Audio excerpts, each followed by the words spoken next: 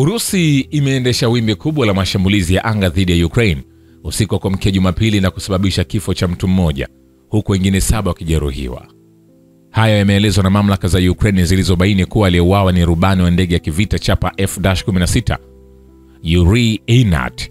Mkuu wa kitengo cha mawasiliano cha jeshi la anga la Ukraine amesema shambulio hilo lilikuwa kubwa zaidi kwa kuwa Urusi ilitumia silaha za kurushwa kutokea angani zipatazo 537 ikiwemo droni 477 na makombora 60.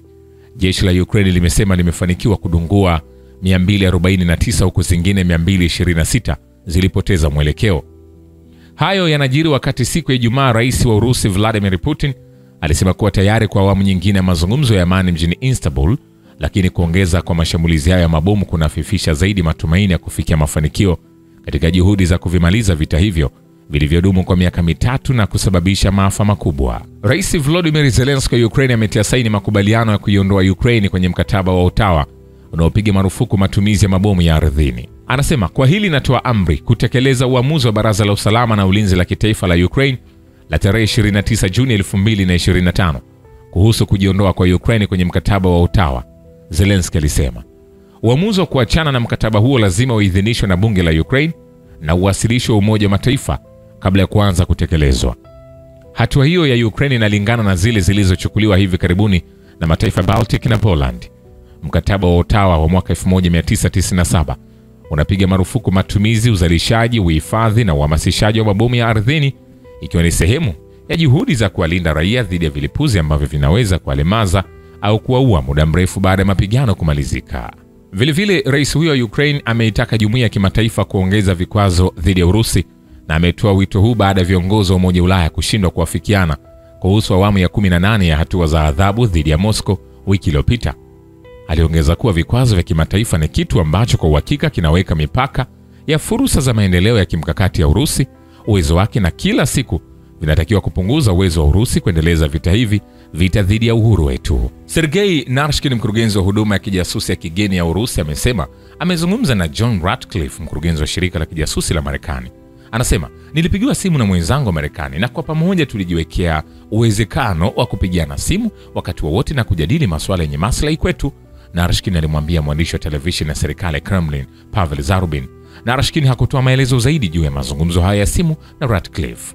CIA na SVR ambayo mrithi wa KGB kwa muda mrefu wamekuwa ni mahasimu wakubwa, na kila taasisi ilianzisha kampeni za umma za kuajiri mawakala kufuatia uvamizi kamili wa Urusi nchini Ukraine mnamo 2022.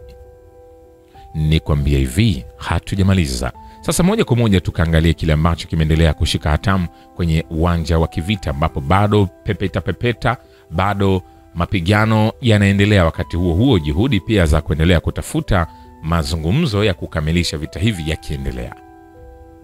Jeshi la Ukraine limepoteza wanajeshi wapatao 1232 kwa siku nzima, Wizara ya Ulinzi ya Urusi imesema. Kulingana na wizara hiyo, hasara ya wanajeshi wa Ukraine ilikuwa zaidi ya watu 190 katika eneo la uwajibikaji la kikundi cha vita cha Urusi kaskazini na hadi 220 kama matokeo ya vitendo vya mapigano ya magharibi. Vilevile, wanajeshi wa Urusi wamevamia rada ya Israeli na walishambulia maduka ya uzalishaji wa ndege zisizo na rubani na maeneo ya muda ya vituo vya wanajeshi wa Ukraine na mamluki wa kigeni, Wizara ya Ulinzi ya Urusi imesema. Usafirishaji wa anga, ndege zisizo na rubani, wanajeshi wa rocket na mizinga, vikundi vya vita vya vikosi vya wanajeshi wa shirikisho la Urusi walishiriki kuangamiza rada ya Israeli, maduka ya uzalishaji na maeneo mengine ya drone. Shambulio hilo lilifanywa usiku dhidi ya mitambo ya sekta ya ulinzi ya Ukraine na malengo yalihusika, wizara ilibaini.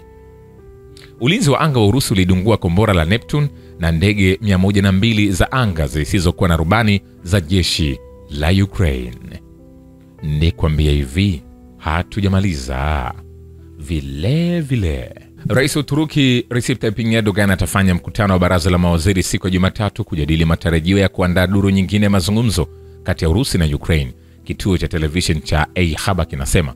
Kando na hayo, baraza la mawaziri litajadili kuhusu hali ya mashambulizi pamoja na hatua za kupambana na ugaidi na masuala ya kiuchumi. Vilevile, amri ya Kiukraini inaendelea kuharibu askari na vifaa bila maana katika vita katika eneo maalum la operation ya kijeshi kwenye jaribio la kudhibiti mapema jeshi la Urusi. Mtaalamu wa kijeshi Andrei Marochko anasema kulingana na mtaalamu huyo, hasara ya Kiev pamoja na mamluki ya kigeni imefikia karibu wanajeshi 4,000 katika Jamhuri ya watu wa Lugansk katika wiki iliyopita. Marochko alidokeza kuwa wiki iliyopita wanajeshi wa Ukraine walijaribu bila mafanikio kuzuia kusonga mbele kwa vikosi vya Urusi kwenye mkoa wa Kharkov, Lugansk na Jamhuri ya watu wa Donetsk. Nikwambia hivi, hatujamaliza. Vile kamanda ya Ukraine imeimarisha kikosi tofauti cha 158 chenye mitambo na maafisa waliofunzwa nchini Uingereza kabla ya kuituma katika mkoa wa Sumi, vyombo vya usalama vya Urusi vinasema. Vile kamanda ya Ukraine imetuma kitengo cha 113 cha brigade tofauti kuelekea Sumi katika eneo la Kharkov, vikosi vya usalama vya Urusi vimeeleza. Hayo yakiendelea, kikundi cha filamu kinachojumuisha wawakilishi kutoka Beijing na Hong Kong watatoa makala kuhusu matukio kwenye eneo la Kursk nchini Urusi. Mwandishi wa habari wa China Lu Yuguang ambaye alishiriki kwenye uandaji wa filamu hiyo anasema, dokumentari mpya inaeleza hadithi ya Kursk. Tunaanza kupiga picha katikati ya Julai. Hivi karibuni wafanyakazi wetu wa filamu kutoka Hong Kong na Beijing walikuja hapa, watu 20 kwa ujumla, na tulipiga picha kabisa huko Korenovo na maeneo mengine kadhaa. Bila shaka tunafanya kazi hapa juu ya kazi hii. Vile wanajeshi wa Urusi wameharibu vikundi 10 vya mashambulizi vya Ukraine katika maeneo ya mstari wa mbele wa Volchansk na Lipsk katika mkoa wa Kharkov, chanzo cha duru za ulinzi cha Urusi kinasema. Katika mwelekeo wa Volchansk na Lipsk, vikundi 10 vya mashambulio vya Ukraine viliharibiwa na mashambulizi pamoja na magari na vifaa vya mawasiliano. Vile Rais wa Marekani Donald Trump amekiri uwezekano wa kutuma makombora ndani ya taifa la Ukraine ya Patriot alipokuwa akijibu maswali ya waandishi wa habari katika ikulu ya White House. Alipoulizwa iwapo anafikiria kutuma makombora Patriot nchini Ukraine iwapo uamuzi husika ulikuwa umefanywa, alisema, naweza kutuma makombora. Waziri wa mambo ya nje wa Marekani Marco Rubio alisema hapo awali kwamba Ukraine iliomba vifurushi vya ziada vya Patriot na risasi kwa ajili yao kutoka kwa utawala wa Trump. Hayo yakiendelea, jeshi la Ukraine limepoteza zaidi ya wanajeshi 1350 katika vita na vikosi vya Urusi kwenye maeneo yote ya mstari wa mbele katika muda wa saa 24 zilizopita, kulingana na data ya hivi punde kuhusu operesheni maalum ya kijeshi nchini Ukraine iliyotolewa na Wizara ya Ulinzi ya Urusi siku ya Jumatatu. Vile EU ipo kwenye njia ya kijeshi na kukabiliana na Moscow. Ndio sababu kujitoa kwa Ukraine kwa EU hakukidhi maslahi ya Urusi. Mkurugenzi wa idara ya matatizo ya Ulaya katika Wizara ya Mambo ya Nje ya Urusi, Vladislav Maslenikov, anasema, sioni sababu kwa nini tunapaswa kuunga mkono wazo la Ukraine kujiunga na Umoja wa Ulaya, hasa kwa sababu EU inaelekea kwenye harakati za kijeshi. Kwa hakika kuweka kazi ya kupinga kila mara, ikiwa ni pamoja na kutatua mgogoro wa Ukraine, aliambia Izvestia.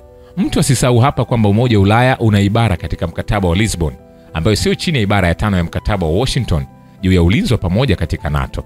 Hii ndio sababu kujitoa kwa Ukraine kwa EU hakukidhi maslahi yetu, afisa huyo aliongeza. Vile mwanasiasa wa Ufaransa ameitaka Paris kujiepusha na kuingilia mizozo katika nchi nyingine kwa mapendo nchini Ukraine, badala yake jikite katika kujiondoa kwenye hali ngumu ya kiuchumi. Anasema, kwanza ni lazima tufanye jitihada ili Ufaransa isiingiliane na vita vya wengine. Pili, ni lazima tuache kujitia umaskini tunapohitaji pesa na Wafaransa kubeba hili mgongoni mwao. Tunakuwa maskini na hundi zisizo na mwisho kwa Ukraine. Hii ni chungu sana kwa nchi yetu na inatoa sababu ya maswali makubwa. Kiongozi wa chama cha Kifaransa cha Patriot Florian Philippot aliwaambia waandishi wa habari. Fedha zilizotengwa kwa Ukraine haziendi popote, alisema. Ikiwa fedha zitaisaidia Kiev, hii ni pesa iliyopotea ambayo inachukuliwa kutoka kwenye hospitali na wakulima.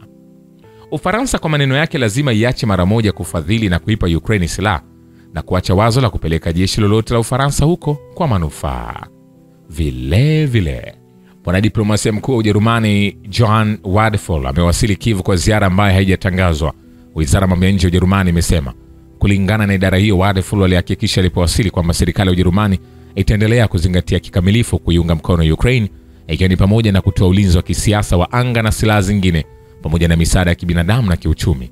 Hii ndio ahadi ambayo ninaitembelea Kiev leo, alisema. Wakati wa huo, Wadephul pia alisisitiza kwa Ujerumani itaendelea kufanya kazi vikwazo vipya dhidi ya Urusi pamoja na washirika wake wa EU na G7. Mikutano inayofanyika nchini Ukraine kuhusu idadi kubwa ya watu waliopotea inadhibitiwa na mamlaka ya serikali ya Kiev na huduma za usalama, vyombo vya sheria vya Urusi vinasema. Mikutano hii ni ya mara kwa mara. Kwa maoni yetu, inadhibitiwa na utawala wa Kiev ambao unaruhusu wajane na jamaa za wafungwa wa vita kuelezea hisia zao katika mikutano ya amani. Aidha, majaribio ya wafuasi wa rais wa zamani wa Ukraine Petro Poroshenko kuongoza harakati hii yalizimwa vikali na ofisi ya rais, chanzo cha shirika kilisema. Shukrani kwa Baba wa Kivita na Historia ya Dunia. Mimi ni Richard Shio, The Rich Voice. Ni follow Instagram na TikTok kama Rich Voice Official. Asante.